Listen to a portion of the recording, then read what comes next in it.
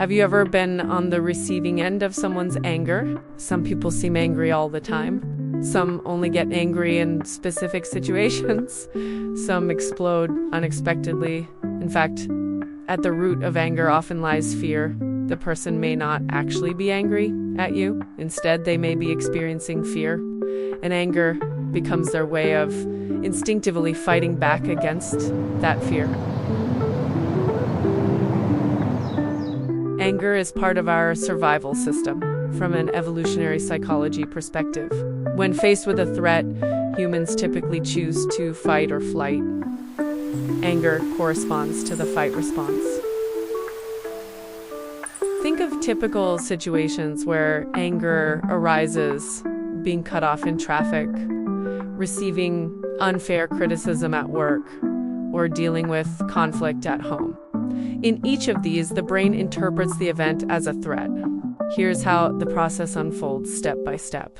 The amygdala first detects the danger.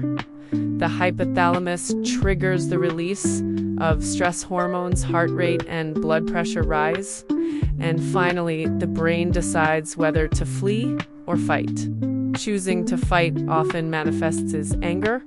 Experimentally induced fear has been shown to increase anger and aggression.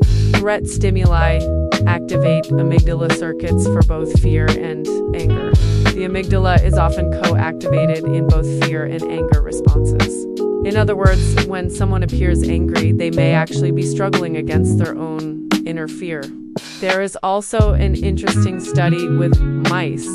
When baby mice were raised without their mother versus with their mother, and then left alone, those raised with their mother showed less fear. Researchers suggest this difference is due to maternal contact shaping neural development. This means that even early life environments can influence how prone one is to anger. What we casually call short-tempered might actually reflect hidden influences of upbringing beyond an individual's control.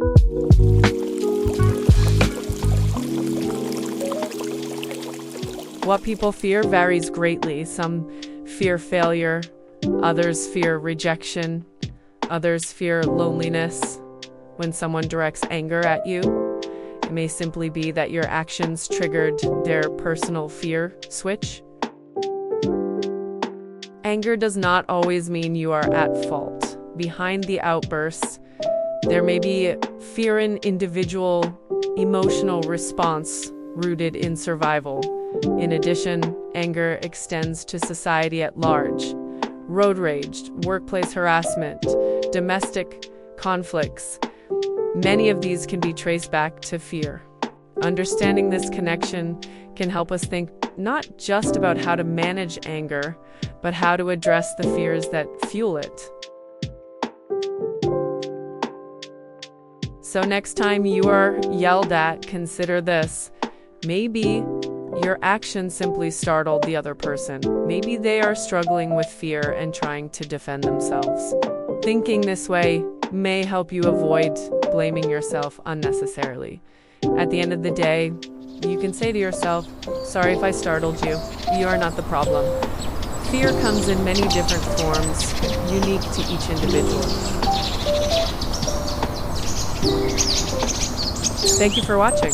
If this made you think, subscribe for more.